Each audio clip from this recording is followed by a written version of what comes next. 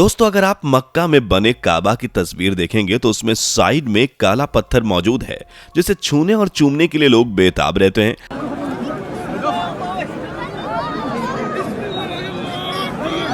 लेकिन सवाल ये आता है कि आखिर लोग ऐसा क्यों करते हैं और आखिर इस काले पत्थर में ऐसा क्या खास है कि मूर्ति या फिर पत्थरों की पूजा करने के विरोध में बोलने वाले इस्लाम धर्म के लोग खुद इस पत्थर को चूमने के लिए धक्का मुक्की करने तक को तैयार हो जाते हैं। आज के इस वीडियो में मैं आपको सारी जानकारी देने वाला हूं, बस मेरे साथ वीडियो के बिल्कुल अंत तक बने रहें। वीडियो में आगे बढ़ें उससे पहले अगर आप एक सच्चे हिंदू हैं तो सब्सक्राइब करें फैक्ट मंत्रा चैनल को और बेल नोटिफिकेशन को ऑल पर लगाएं ताकि कोई भी वीडियो मिस ना हो। दोस्तों, जैसा कि आप सभी जानते हैं, पिछले 2 साल कोरोना वायरस के कारण मक्का के चारों तरफ घेराबंदी कर दी गई थी। कोई भी उसके आसपास आ नहीं सकता था, लेकिन अब श्रद्धालु उसे न केवल छू सकते हैं बल्कि चूम भी सकते हैं, क्योंकि अब घेराबंदी हटा ली गई है और उम्रा और हज की यात्रा से आने वाली तस्वीरों में यह दिखाई दे रहा है कि श्रद्धालु काले पत्थर को चूम कर दुआ कर रहे हैं।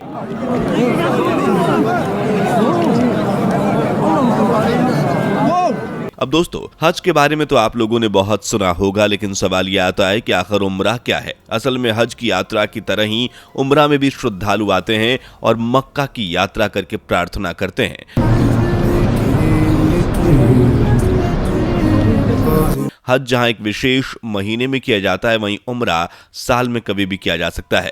उम्रा के दौरान हज किए जाने वाले कई धार्मिक कर्मकांड किए जाते हैं। उम्रा के लिए दुनिया भर से करोड़ों मुसलमान मक्का की यात्रा करने के लिए पहुंचते हैं, जिनमें से बहुत सारे लोग मक्का के पास मदीना की भी यात्रा करने के लिए आते हैं। पिछले 2 साल तो सऊदी अरब में कई सारे प्रतिबंध लगाए गए थे और केवल वहां रहने वाले चंद श्रद्धालु ही मक्का के दर्शन के लिए आ सकते थे। लेकिन 2 साल बाद कई सारे प्रतिबंधों को हटा दिया गया है और लोगों की भीड़ इस बार फिर से देखने को मिल रही है। इस साल यानी कि 2022 में हज यात्रा 7 से 12 जुलाई तक हुई थी, जहां इसमें कोरोना महामारी के बाद पहली बार लगभग सामान्य संख्या में लोग मक्का पहुंचे। आपको बता दें कि साल 2020 में केवल 1000 लोगों को ही हज यात्रा की अनुमति मिली थी। दूसरे देशों के लोगों को मक्का मदीना की यात्रा करने पर रोक लगा दी गई थी ताकि महामारी ना फैले, और इस साल 2021 में यात्रियों की संख्या बढ़कर 60,000 हो गई और इस साल लगभग 10 लाख लोगों ने मक्का मदीना पहुंचकर हज की यात्रा पूरी करी। और बात केवल यहीं पर नहीं थमेगी, आने वाले समय में यह संख्या और भी ज्यादा बढ़ जाएगी, क्योंकि अभी तो केवल शुरुआत है। जब महामारी पूरी तरह से नष्ट हो जाएगी तब लोगों की संख्या 40 लाख तक भी पहुंच सकती है।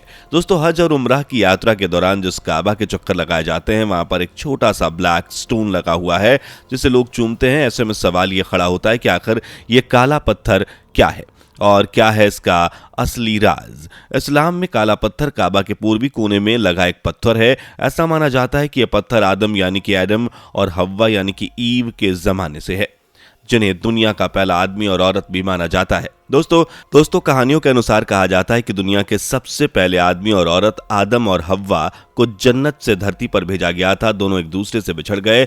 हव्वा अरब में मक्का के पास पहुंची तो वहीं आदम दूर कहीं पूर्व में जा गिरा और सालों तक दोनों एक दूसरे को खोजते रहे।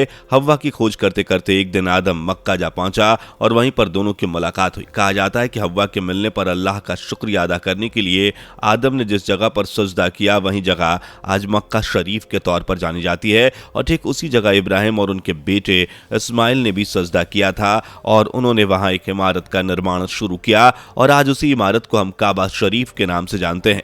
जब ये इमारत बनकर तैयार हो गई तो इब्राहिम ने इमारत में एक विशेष निशानी बनाने की सोची ताकि इमारत को उस निशानी के तौर पर याद किया जा सके और उसी के हिसाब से लोग यहाँ पर तवाफ यानी कि परिक्रमा कर सकें। हालांकि उस निशानी के लिए इब्राहिम को एक बहुत ही खास पत्थर की जरूरत थी। वो किसी भी ऐसे वैसे पत्थर को काबा में नहीं लगा सकते थे। कहा जाता है कि उसी समय जन्नत से खास पत्थर धरती पर भेजा गया और इब्राहिम ने उसी पत्थर को इस विशेष जगह पर लगाया।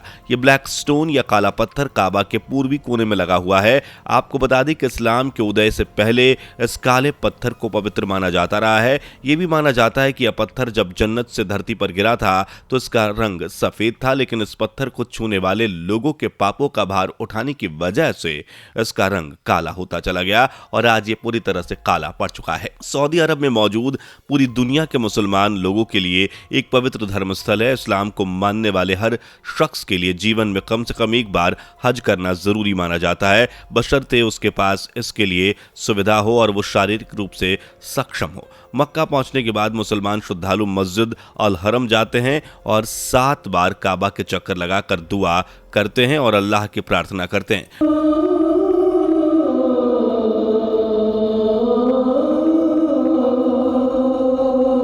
श्रद्धालु उसके बाद वहां कई और धार्मिक आयोजन में बढ़ चढ़ कर हिस्सा लेते हैं। हज के लिए निकले दूसरे सऊदी अरब के पवित्र शहर मक्का की यात्रा करने वाले यात्री वहां से लगभग 450 किलोमीटर दूर मदीना शहर भी जाते हैं। मदीना में मस्जिद नबवी है जहां श्रद्धालु नमाज पढ़ते हैं। मदीना की यात्रा हज का जरूरी हिस्सा नहीं है, लेकिन वहां जो मस्जिद मौजूद है उसे खुद पैगंबर मोहम्मद ने बनवाया था, इसलिए हर मुसलमान उसे काबा के बाद दूसरा महत्वपूर्ण धार्मिक स्थल मानता है। यही पैगंबर हजरत मोहम्मद की मजार भी है। हज यात्री उसके भी दर्शन करते हैं। इस्लाम धर्म में यह मान्यता प्रचलित है कि जो शख्स हज की यात्रा कर लेता है उसे जन्नत नसीब होती है, इसलिए माना जाता है कि सच्चे मुसलमान को अपने पूरे जीवन में एक ना एक बार हज की यात्रा जरूर करनी चाहिए। तो दोस्तों, ये था काबा में लगे काले पत्थर का पूरा सच, जिसके बारे में आपको क्या कहना है आप हमें कमेंट में जरूर बताएं। इस तरह की वीडियोस को लगातार देखते रहने के लिए हमारे चैनल को सब्सक्राइब जरूर कर दें। धन्यवाद। दोस्तों, आपको स्क्रीन पर 2 और वीडियोस दिखाई दे रही हैं, जिसे देखने के लिए स्क्रीन पर क्लिक करें।